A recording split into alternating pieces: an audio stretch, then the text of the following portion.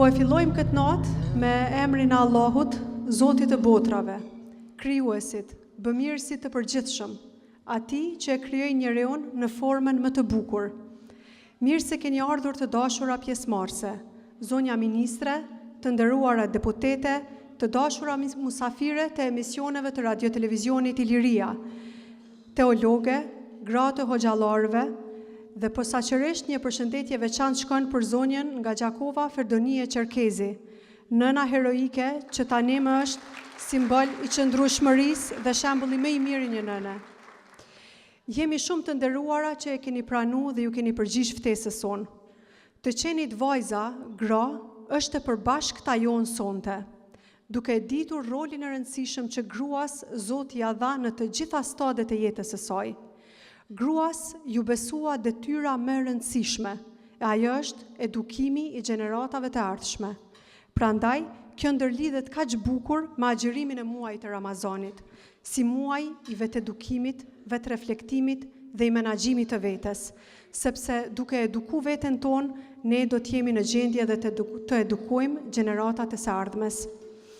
Radio-televizioni Iliria është një medium që përdor të gjithë mekanizmat për të sjellë gjithmonë vlera në ekranet e njerëzve, duke prodhuar gjithmonë materiale që ofrojnë informacione të dobishme për njerëzit, po ashtu nxisin të menduarit kritik në formë për jetën njerëzore.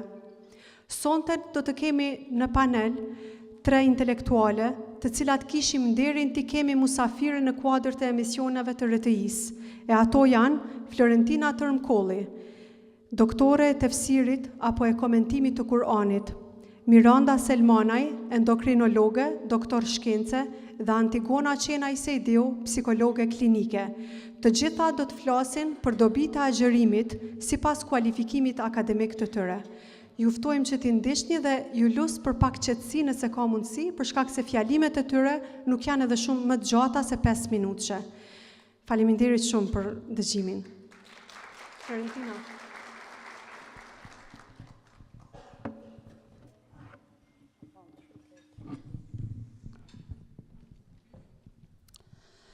أعوذ بالله من الشيطان الرجيم بسم الله الرحمن الرحيم الحمد لله رب العالمين وصلى الله على سيدنا محمد وعلى آله وأصحابه أجمعين أما بعد فلندريمي تكون الله سبحانه وتعالى Paqja, shpëtimi, të mirat e Zotit qofshin mbi pejgamberin ton sallallahu alaihi wasallam, mbi familjen e tij, mbi shokët e tij, mbi gjithë ata të cilët pasuan dhe trasuan rrugën e tij deri në ditën e gjykimit.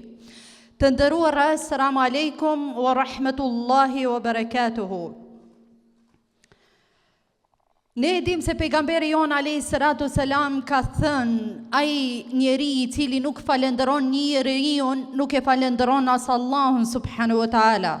Kështu që neve patjetër duhet ta falenderojmë zonjën e dashur, psikologen e dashur, Vlerën, po ashtu kolegen e saj Ganimetën, për organizimin e këtij iftari madhështor, për ftesën të cilën na e kanë bërë. Zoti u shpërbleft mundin. Të nderuara, neve jemi në disa ditë dhe net të bekuara. Jemi në disa, thënë më mirë, në disa ose pak javë të çmuara, e ku shpërblimi i tyne nuk e din askush se sa është përveç të madhit Zot subhanahu wa taala. Ju e dini të nderuara se pejgamberi sallallahu alaihi wasallam ka thënë, e para ti, Zoti krijuesi i gjithësisë, thotë se agjërimi është për mua dhe unë shpërblej për të. Ka thonë ai i cili shkon haxh, kthehet sikur atë ditë kur e ka lindur nëna e tij që i bie gjunahet ju kanë fshi. Ai i cili fal namazi prej namazit shlyen mëkatet. Ai i cili jep sadaka, ai i cili jep zakatin, ai i cili bën mirë, ai i cili, domethënë, e ka tregu vlerën e shpërblimit pejgamberi jon sallallahu alaihi wasallam. Por atë të cilën nuk ka ditë pejgamberi e që ka qenë njeriu më i afërt i Zotit subhanahu wa taala, ka qenë shpërblimi i agjërimit, për arsye se Zoti e ka lënë për vetveten e tij, edhe për këtë ai e jep shpërblimin ai se si di subhanahu wa taala. Kështu që të nderuara duhet kemi kujdes që këto ditë, që këto net mos na kalojnë kot. Unë e di se muslimani apo muslimaneja, ai personi i cili beson Zotin subhanahu wa taala, nuk e lejon veten e tij që koha e tij të shkon bosh, që koha e tij të shkon kot. Nuk e din atë nderuara sa njeriu ka qenë në Ramazanin e kaluar e nuk është sot. Sa njeriu ka prit ditën e parë, nuk e ka prit të dytën, kështu që nuk e dim sa do të jemi deri te fundi i këtij muaji të madhrishëm.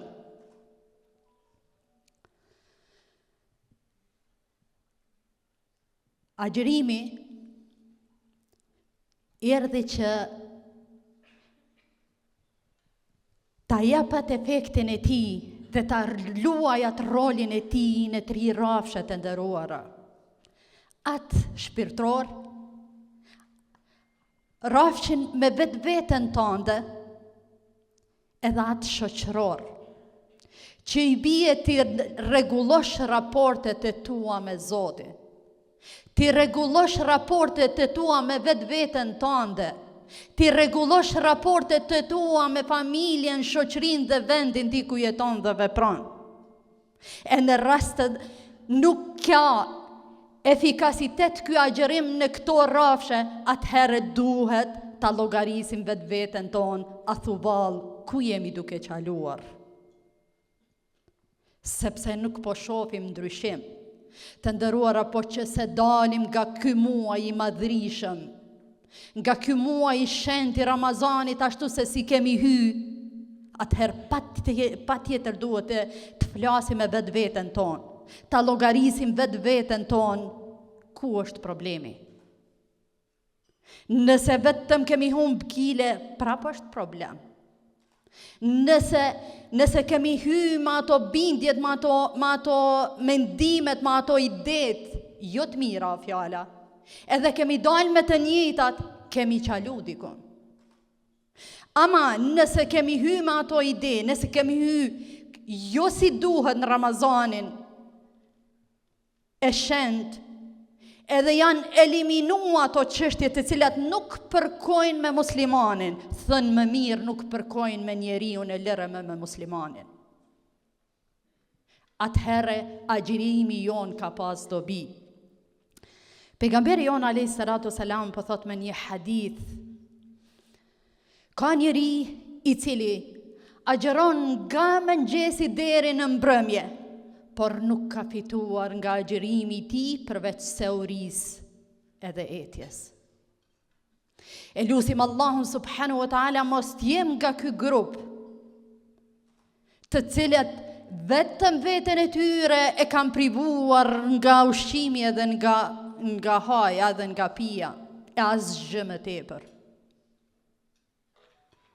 Ndërsa për tjetrin grup, për tjerë njerëz po thot, ai i cili agjëron Ramazanin me bindje, me shpresë, me vullnet, me besim, se Zoti subhanahu wa taala do t'ja fal gjunahet e tia do të jenë të falura, gjithë ato të cilat i ka bërë më parë.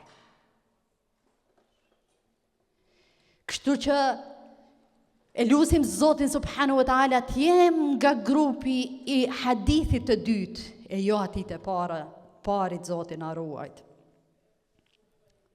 Ky muaj u bë i shejtë. Ky muaj e veçoi të nderuara zbritja e Kur'anit.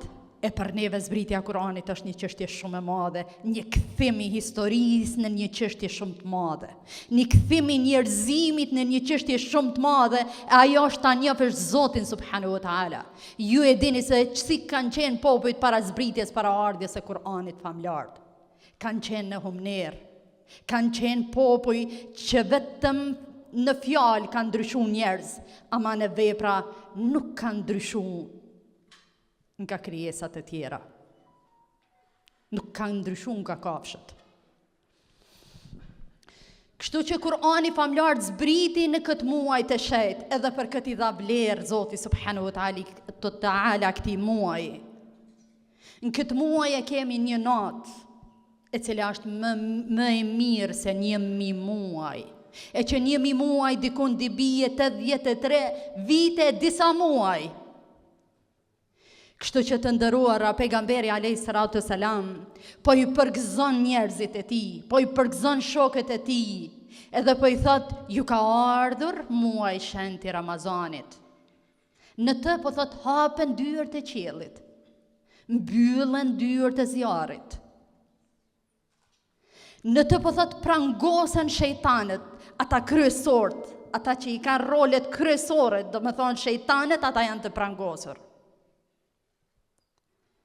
Po thot, në të është një natë, ai I cili është privuar nga ajo, nga shpërblimi I saj, nga sevapet e saj, ai më është I privuar.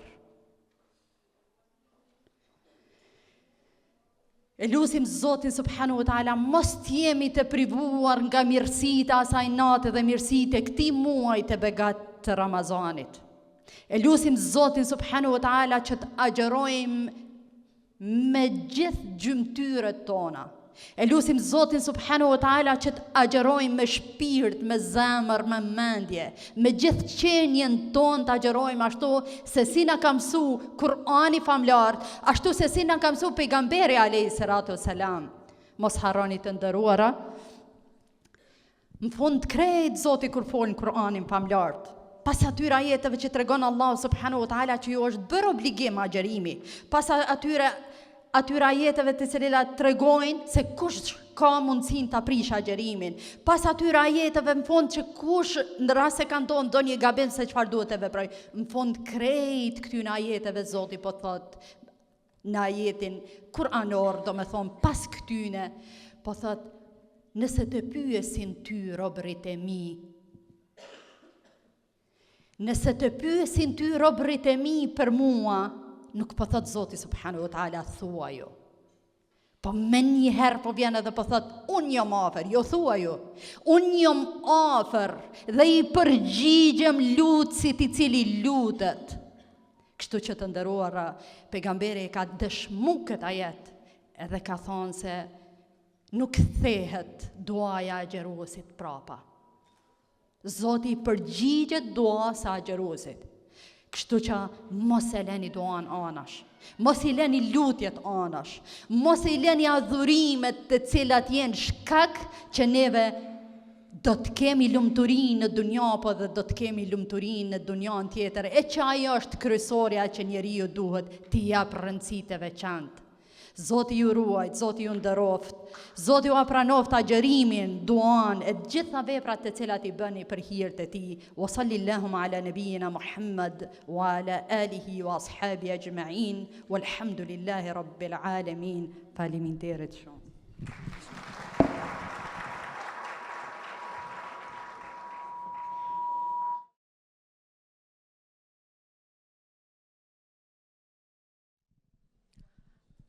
Të nderuara të pranishme, sonte jemi mbledhur jo vetëm për të ndarë një vakt të bekuar siç është iftari, por për të reflektuar mbi vlerat e një mrekullie të madhe siç është agjerimi.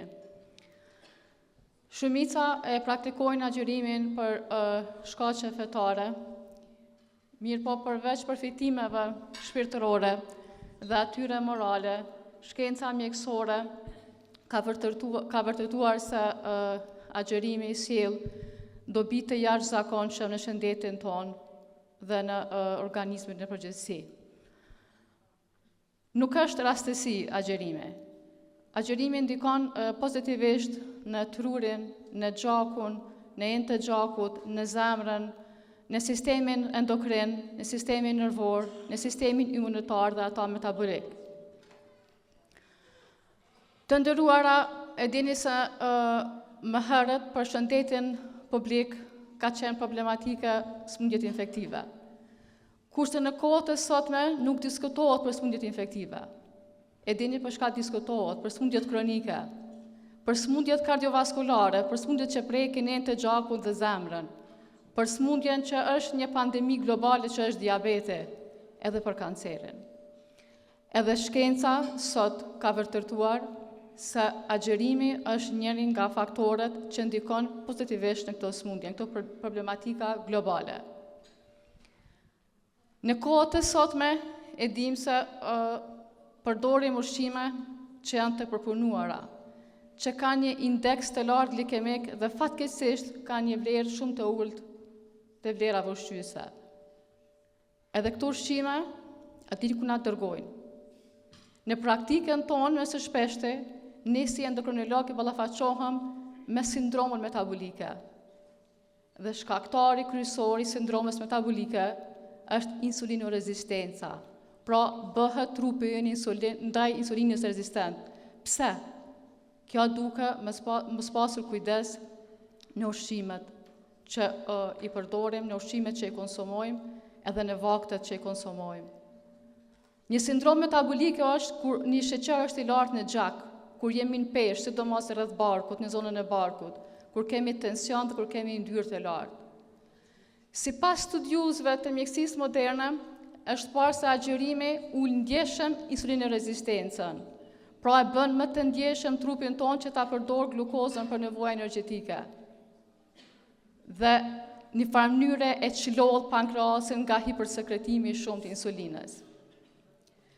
Tjetër, agjerimi është parë se i ul tepër edhe vlerat e yndyrnave të këqija, kolesterolit dhe triglicerideve, duke kontribuar në mënyrë indirekte në enë të gjakut dhe duke ruajtur trunin ton nga goditjet e trunit ose gjakderdhja në tru. E dini se insulinorezistenca që vije për shkak të një ushqimi të tepruar, kisha thonë një ushqimi emocional, se nuk është që ushqimi na duhet në ato vlera që ne konsumojmë vazhdimisht, është faktor kryesor që na shpihet te diabeti. Për fat keq, në kohët e sotme kemi persona shumë në moshë të ri me diabet tip 2, që në kohën e përparme diabeti tip 2 është paraqitur vetëm të moshat e vjetra. Tjetër, keni dëgjuar shumë shpesh se ndoshta thot dikush jo agjerimi po më bën nervoz, jo agjerimi po më hup energji, nuk është e vërtetë. Ka mira fakte shkencore që agjerimi e balancon sekretimin e hormoneve të stresit, sidomos kortizolit. Agjerimi e ul depresionin dhe ankthin duke balancuar sekretimin e dy hormoneve kryesore që janë përgjegjëse për depresion dhe për stres dhe për ankth, që janë serotonina dhe dopamina. Është parë se agjerimi e aktivizon shumë sistemin imunitar duke na bërë më të fortë ndaj sëmundjeve kronike. Dhe që ka rënë në sy shumë kohët e fundit, premtimet që janë në fushën aktive të kërkimit, e shohin se agjerimi përrrit sekretimin, apo më mirë me thonë, prodhimin e qelizave të gjakut nga palca kockore. Që shumë pak terapi ndikojnë ose ka një efekt pozitiv të këto problematika. Tjetër, kur them të sistemi imunitar na bën më të fortë dhe na bën më të qëndrueshëm ndaj sëmundjeve, duke i rrit këto qeliza imunitare, sidomos grupin e qelizave të barta të gjakut dhe sistemit imunitar që është përgjegjës për këto sëmundje kronike. Kemi hasur shumë shpesh dhe kemi dëgjuar shumë që thonë po du me bëni detox trupit, përdorin lloj-lloj lanxhesh, ushqimesh. Nuk ka detox më të mirë se sa agjerimi. Mëlçia dhe veshkat punojnë non-stop. Dhe mëlçia e shfrytëzon sheqerin që është depunuar në forma të ndryshme si karburant ose si nevojë energjetike. Po ashtu veshkat funksionojnë vazhdimisht duke filtruar gjakun, edhe agjerimi jep një mundësi që toksinat të eliminohen halan në mënyrë më të madhe. Edhe një diçka shumë të rëndësishme, bazë të fakteve shkencore, është që kanë marrë shkencëtarët dhe çmimin Nobel për këtë, është autofagia, ose vetë pastrimi i trupit tonë. Në agjerim aktivizohet shumë ky proces, ku trupi jonë, qelizat e trupit tonë, i shkatrojnë proteinat dhe toksinat dhe qelizat që janë të dëmtuara, i gëlltisin, i shkatrojnë ato duke i regeneru pjesë të organeve të ndryshme, sidomos në ato pjesë ku ka fillu një proces malin si që është kanceri. Po ashtu kjo ka ndikim të drejt për drejt edhe në smundjet neuroendokrine, pra duke na ruajtur nga smundjet degenerative si që është Alzheimer, Parkinson. Tjetër është pasë në gjatë kohës së agjerimit aktivizohet një faktor neuroprotektiv që i them, që i ruan qelizat nervore dhe i ruan baresat nervore nga dëmtimi. Dhe kjo na bën me dije se agjerimi na mbron nga smundjet neurodegenerative. Të nderuara, unë nuk kisha dashur me zgjat më shumë në aspektin mjekësor se ka mjaft për të folur. Deshta më thonë se në mjekësi mo nuk diskutohet sikur më herët a duhet me agjeru, a bën me agjeru, jo s'bën me agjeru se nuk bën me nejt pa ujë, jo kështu. Nuk diskutohet mo kjo në botën shkencore, mjekësore. Nuk ka diskutim a duhet me agjeru apo nuk duhet me agjeru. Tashmo dihen përfitimet që sjell agjerimi. Mirë po, shkenca sot është e fokusuar, është në një fushë aktive të kërkimit në përfitimet që sjell agjerimi. Prandaj, ne ta shfrytëzojmë këtë dhuratë dhe ne të jemi falendërues dhe mirënjohës ndaj kësaj dhurate, edhe uroj që të keni shëndet, edhe të keni mundësinë që të agjeroni sa më shumë Ramazanin të ardhmen. Të nderuara zonja, është nder dhe kënaqësi të jem sot këtu me ju në këtë iftar, të ndaj disa informacione për dobit e agjerimit në aspektin psikologjik, në të mirën e shëndetit mendor. Sot e shohim gjithandej po flitet për stresin, ankthi, depresioni dhe vetmia, madje u shpall edhe pandemi globale, si problematikat shëndetit mendor. Dhe kemi në anën tjetër një përvojë që është agjerimi dhe dobit që sjell në përmirësimin dhe në mirëqenien e shëndetit mendor, mirëqenien psikologjike. Ashtu sikurse në mjekësi, siç e tha doktoresha, ma nuk diskutohet a me agjeru ajo, edhe në aspektin psikologjik, Ramazani përveç një përvojë fetare është edhe një përvojë shumë e dobishme psikologjike. Çka ndodh gjatë agjerimit? Personi privon veten nga nevojat bazike që është ushqimi dhe pijet. Ky privim e vendos në kontakt direkt me veten e tij, sepse rritet nevoja për konsumimin e ushqimit dhe privimi nga kjo bën që personi të mos ketë energji me mendu për gjëra të tjera, përsi që është stresi, mendimet negative, ankthi, sepse për krejt këto, trupi jonë harxhon energji. Dhe duke mungu kjo energji, personi nuk ka më forcën për me qenë i stresum, me qenë në ankth dhe me pas ato mendimet negative. Më thonë, vendoset në temel, në nevojat bazike. Thjesht ka nevojë për ushqimin dhe për ujin. Kjo përvojë e bën ato që t'jetë më i qetë emocionalisht, të mendoj për gjëra të rëndësishme që janë mbijetesa në këtë rast, dhe të mos e ngarkoj veten me strese të tjera të jetës, të cilat shumë shpesh janë thjesht ngarkesa për individin dhe nuk janë as pak të dobishme për të. Një aspekt tjetër, një dobi tjetër e Ramazanit është rritja e ndjenjës së empatisë. Duke u privu prej ushqimit, personat të cilët janë të furnizuar prej Zotit me ushqime dhe me të mirat e tij, harrojnë ndonjëherë që në jetë, në botë, ka edhe njerëz të cilët luftojnë për ushqimin. Duke qenë të privum në muajin e Ramazanit, është një moment ku ne reflektojmë dhe bashkëndjejmë me ata të cilët ka nevojë për ushqim. Kjo bën që të rritet solidariteti, domethënë fillimisht jemi më empatik, që janë ndjenja njerëzore këto, mandej rritet ndjenja e solidaritetit dhe kur ma shumë se në muajin e Ramazanit shohim njerëz të cilët ndihmojnë njëri tjetrin.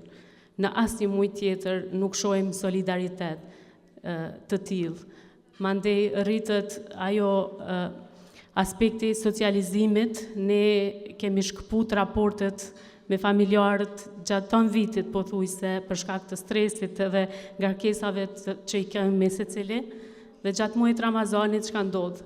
Kthehemi, ftohemi për iftare, takime të tilla sikur sonte këto, që janë jashtëzakonisht të rëndësishme për mirëqenien psikologjike. Takimet me njerëzit janë një faktor kyç që bota shqiptare kemi pas fatin me pas në kulturën tonë këto takimet familjare dhe rujtjen e familjaritetit dhe takimet e shumta me njëri tjetrin. Prandaj kemi qenë aq fortë dhe as luftat nuk na kanë bë me i përjetu ato traumat deri në ato nivelet, ndoshta çush kish mujt me i përjetu dikush tjetër. Do të thënë kjo është një faktor shumë i rëndësishëm. Për te i kësaj është aspekti i përmbushjes shpirtërore, sepse njerëzit të cilët zgjedhin agjërimin, po e vërtet që marrin këto dobitë shëndetësore dhe psikologjike, por arsyeja kryesore pse ata vendosin me agjëru ka të bëjë me besimin dhe me fen, me Zotin e tyre, që është një aspekt shpirtënor, por ky aspekt shumë i fuqishëm shpirtënor bën që personi të përjetojë emocione të papërshkrueshme të lumturisë, të gëzimit, të cilat e mbushin shpirtin e tij me gjithë atë magjinë e këtyre emocioneve, dhe kjo natyrisht që kur ne jemi kaq lumtur, kaq të mallëngjym, që kemi pas mundësinë me bë një sakrificë mbi të gjitha edhe për Zotin, na bën të ndjemi të egzaltuar me emocione të shumta, dhe aty ku ka lumturi, mandej nuk ka më vend për emocione negative. Kështu që shkurtimisht një perspektivë psikologjike e ndova sot me ju, ishte me vërtet kënaqësi. Ju uroj gjithave muajin e shenjtë Ramazanit, uroj që të merrni krejt këto përfitime gjatë gjithë këtij muaji dhe të keni shëndetin gjitha ju sonte këtu. Faleminderit.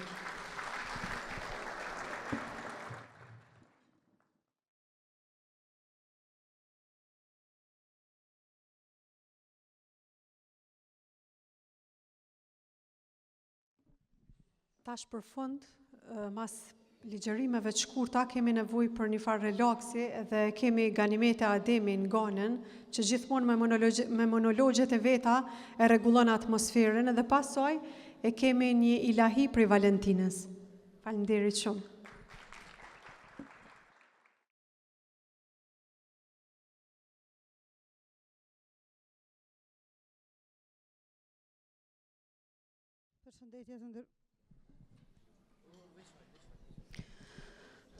Përshëndetje të nderuara, kam kënaqësi që jam para juve, e veç mas në momente kur kam ndarë copë za shpirti. Duke qenë se jemi në muajin mars, në muajin kur veç ka filluar revolta e ushtrisë shërimtare të Kosovës, unë me shumë dëshirë e kisha ndarë një monolog që e kam thurë me shumë zemër, me shumë dashni, me mallëngjim për gruan që realisht ka bërë revolucion në vendin tonë për nanën Zahide.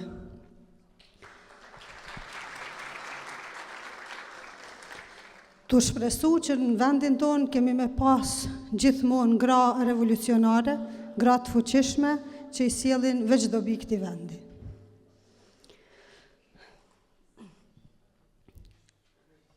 Mojzoj atrime me ato roaza që zbukurojnë ngushën tënde, me atë shall të bukur mbi kokë që të shkëlqen. Je ulur pranë qerepit dhe një djepe tundë fort. Ninullat i qëndis më bukur se vargjet e naimit, duket si kur shpreson në atë që e përkund, ma shumë nga që shpreson të Ismail Beu kur e ngriti shtizën. As një zë nuk e sfidon melodin tënde, gjdorim strukët karshivargjeve tua. Nina nana o Adem, e qlirof shobir këtë vend, ta paft hajrin gjdo shqiptar, ju bafshnanës qërimtar. Nanë trime, lutjen Zotit ta pranoj, që ne të ecim lirshëm dërshtigje, Kodrina, të na kujtohet fuqia asaj ninulle që kaloi përtej mureve të qiellit, që ta ndjejmë të gjithë forcën dhe përkushtimin tënd. Nën trime, dashuria ndaj vendit ta mund jamsin, andaj vepra jote ja kalon çdo bull i shpatull gjërë dhe shtat lartë. Dora që adjep për kundi sfidoj çdo shpatë dhe parzmore. Ne frymojmë sot lirshëm, kujtojmë me mall adjep dhe atë shokës. Kujtojmë me mall edhe ato ruaza që zbukuronin ngushën tënde dhe të spit që vezullonin duart tua. Faleminderit. Gjithmonë me njohse ndaj secilit që ka bërë diçka për këtë vend. Faleminderit. Edhe nuk mundemi me kalu pa ëmbëlsira, kështu që vazhdojmë me ëmbëlsira dhe me muhabet, se nashta pak edhe ju kemi lodhë, po me shpresë që kemi përfituar të gjitha. Kaloni mirë dhe mirupafshim kismet Ramazanin tjetër.